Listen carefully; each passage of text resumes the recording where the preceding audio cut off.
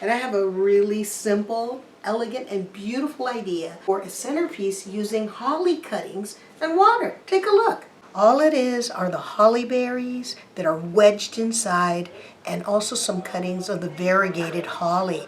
It's got this beautiful form in this beautiful tall tapered vase. And then I have another one here that's nothing but berries. I don't even have leaves in this one, but look how elegant. You notice that the water magnifies the beauty of all of the leaves and berries.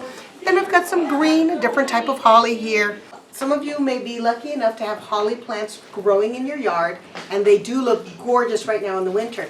So I'm going to take just simple cuttings from my plant, try to find leaves that look nice, don't have any brown spots or black spots, and basically you're just going to shove them into the vase, and it's going to look good. So here I start here by wedging it in, kind of put a little bit of pressure on the back, but you notice how I'm showing the front of the leaf because you're going to be seeing it. Then I'm just going to grab another one. And again, you can use cuttings that have berries, some that don't have berries, just the leaves. You can make it short or tall. I'm going to actually put this one in here. That looks pretty. You see how pretty that looks? And it doesn't matter what you do. Once you put the water in, it looks awesome. Here we go, another little cut.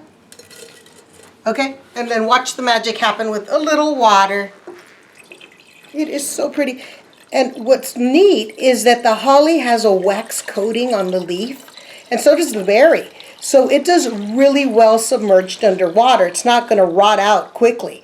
As a matter of fact, if you place this on a room that's, you know, on the cooler side, under 70 degrees, it can probably look gorgeous and beautiful for 3 to 5 days. So that's how you make a beautiful and simple submerged holly leaf and berry arrangement for practically any money. And it didn't take any time.